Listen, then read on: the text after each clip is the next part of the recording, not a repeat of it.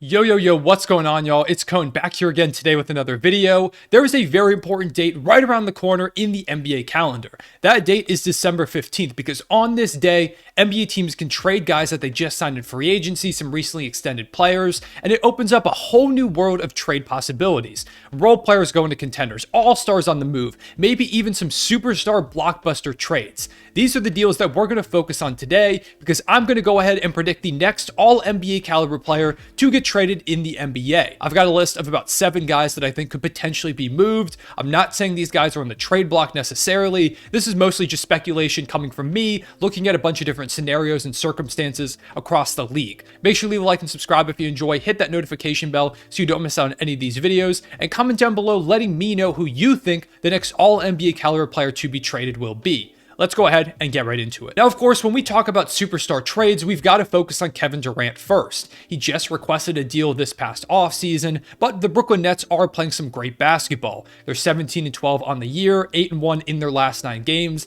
and Kevin Durant himself is playing like an MVP candidate, some of the best basketball of his career. So this all seems like a pretty good formula for keeping him in town for the long term.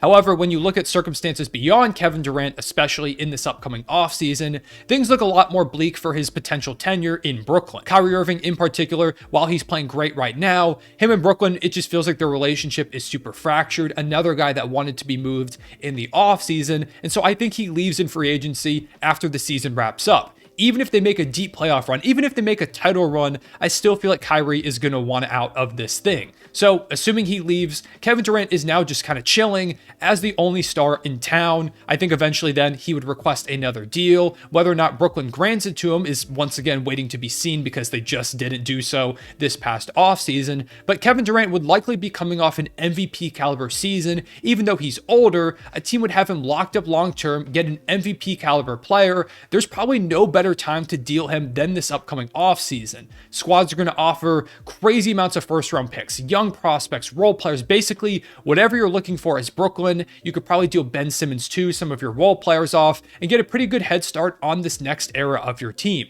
So I do think Kevin Durant being traded in the offseason is a pretty big possibility. However, when we're talking in terms of the next guy to be moved, I don't think it's him, because even if he does get dealt next offseason, I think it'll be something that's pretty late on, because when you're a team like Brooklyn, we saw this earlier in this past offseason, you've got to take your time when you're trying to find a trade for a superstar caliber player. Make sure you maximize all potential value, because whatever deal you make is going to determine the future of your franchise for a pretty long time. So I think they take their time. Maybe it goes right up until the start of next year, but overall, I do think Kevin Durant will get moved at some point. He's just not going to be the next one. Following him on this list, I've got 2 guys from the Miami Heat, Bam Adebayo and Jimmy Butler. Now, Miami has been pretty disappointing so far this season, like many people expected. They've got no real power forward. Their depth is kind of thin. Some of the guys they gave big contracts, like a Duncan Robinson, haven't lived up to them. Same with Kyle Lowry, who continues to regress. Although he's been better than he was last year, it's just not enough. And the Heat no longer feel like contenders. Jimmy Butler and Bam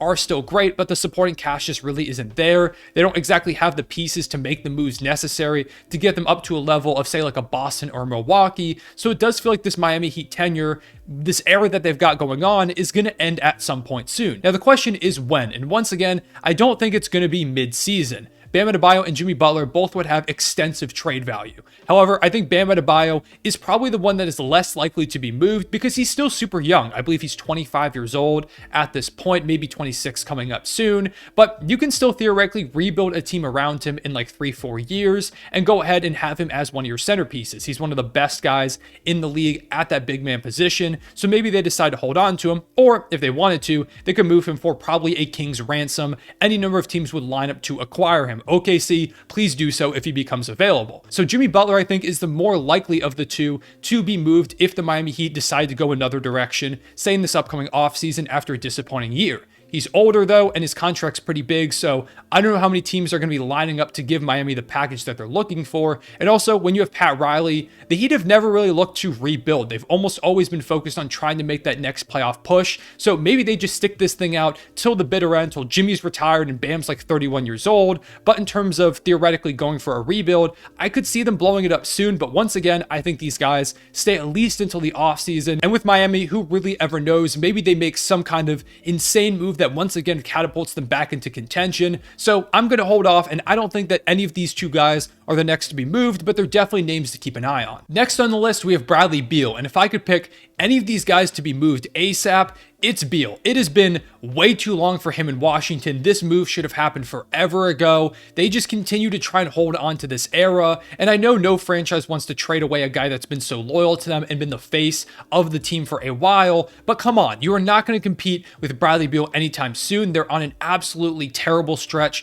at the moment. He's not playing particularly well, and they gave him $250 million this past offseason, including one of very few, if I think maybe the only, no trade clause in the entire NBA. So even if they want to trade him, there's a chance that he just denies it. It is just a very weird spot that both of these sides are in. And Bradley Beal even said on an interview, I think it was on Gilbert Arenas' podcast, that the reason he came back to Washington in particular is because there was nobody that was really offering him money like Washington. That was the whole reason why he came back, is because not many teams were looking for his services at a decent price point. So Washington kind of just overspent there. It's a disaster, but Bradley Beal, maybe he could be traded soon, because I feel like he's probably going to get kind of antsy. This team is not very good, even though Kyle Kuzma and Kristaps Porzingis have both been playing really, really well. The supporting cast isn't there. This is nowhere near a contending roster. None of the young pieces that they've drafted feel like they're going to be stars anytime soon. Maybe down the line they develop, but it's just not going to happen in time for Beal to compete in Washington.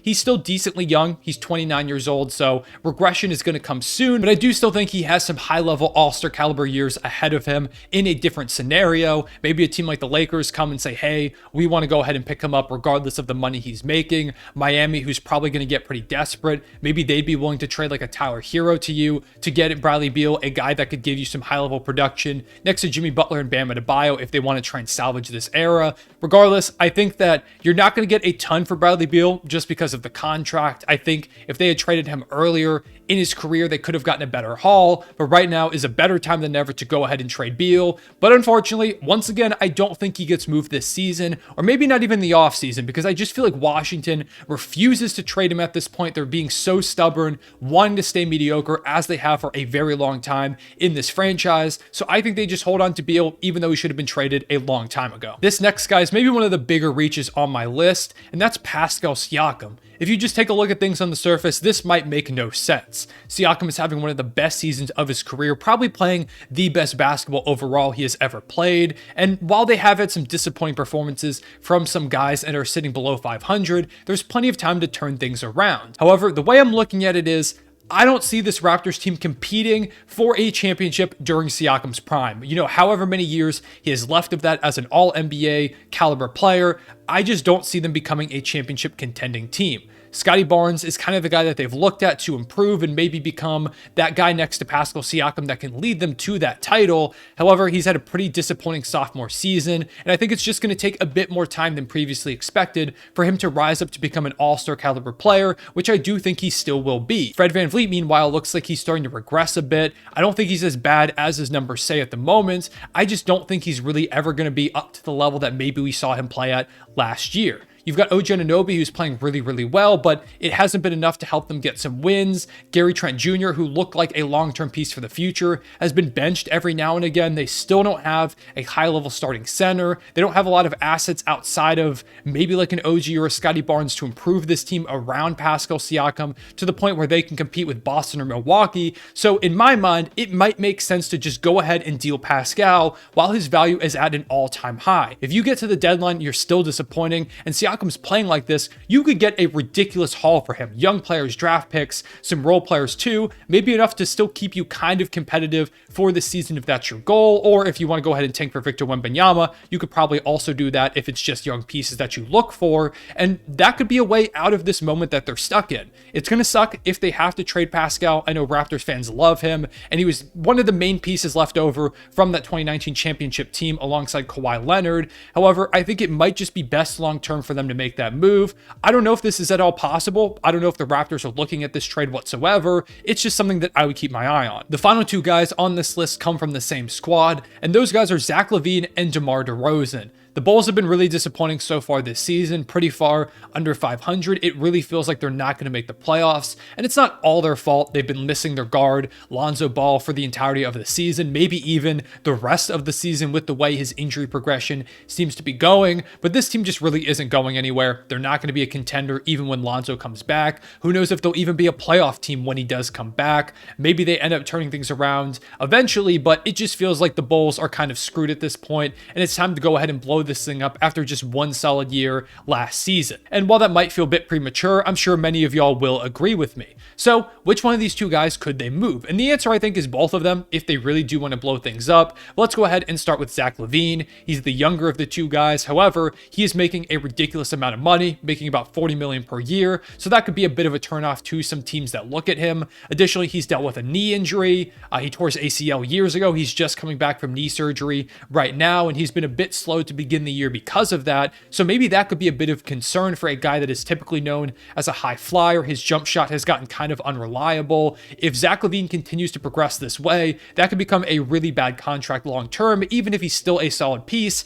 $40 million is $40 million. So maybe a team is kind of scared off a little bit by that contract. However, I do think Zach LaVine could fit basically any team, assuming he comes back to the form that we've seen him in the past. So I do think Zach LaVine is a pretty prime trade target, but the guy that I'm selecting to be the next all-NBA caliber player traded is DeMar DeRozan. On this entire video, I think he is the most likely guy to be moved. He's a bit older, which, could get some teams a little bit away from the idea of trading for him, but he's only under contract for a couple of seasons, and he's not making a ton of money. He's making about $27 million for the next couple seasons, which is a pretty easy contract to swallow, even if he doesn't come in and perform like he's been in Chicago, which has been an all-NBA caliber player. That's still a great guy to have for that much money, especially as the cap continues to spike. That could even be a steal in a couple of seasons. You could probably get him for decently cheap from Chicago, and by decently cheap, I mean probably a few first-round picks and maybe a decent player, but that's not a lot for a guy that right now is averaging 26 points per game. Last season, I believe he was on the All-NBA second team. Maybe I'm wrong on that. Might have been the third team. Pretty sure it was the second team, but regardless,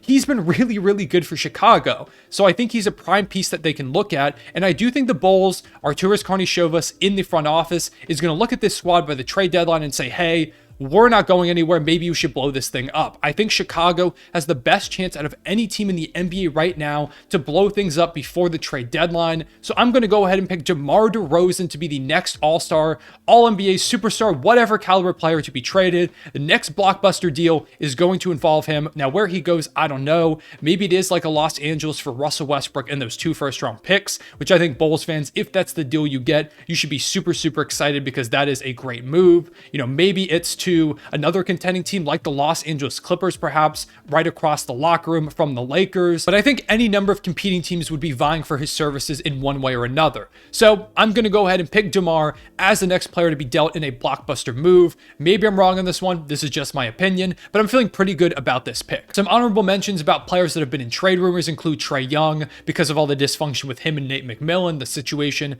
going on there. Atlanta's been somewhat disappointing so far, but I don't see it happening. I think Trae Young is there pretty long term. I think that's just a lot of people wishfully thinking that he could end up on their squad. There's also LaMelo Ball, who's been dealing with injuries to start this season. The Hornets are in a really rough spot. They look terrible for the long term. So maybe LaMelo Ball ends up getting dealt to kind of quickly restart what they have going on right now in Charlotte, but they're able to still lose plenty of games due to his injury. So I think maybe if they get like a Victor Wembanyama, he is still there for the long term. And finally, Karl Anthony Towns came to mind just because I know he's been on the trade block in the past. You bring in Gobert, and him and Gobert aren't really working as a pairing, but I just don't see Cat being traded. It's just another name I thought I would throw out there. With all that being said, I appreciate y'all watching. Make sure to leave a like and subscribe if you enjoy, and comment down below letting me know what you think of my pick for DeRozan. Was there anybody on this list that you think there's absolutely no way they get dealt at any point soon and that I'm completely wrong? Let me know that too down below. I'll see y'all later. Real one, say it back.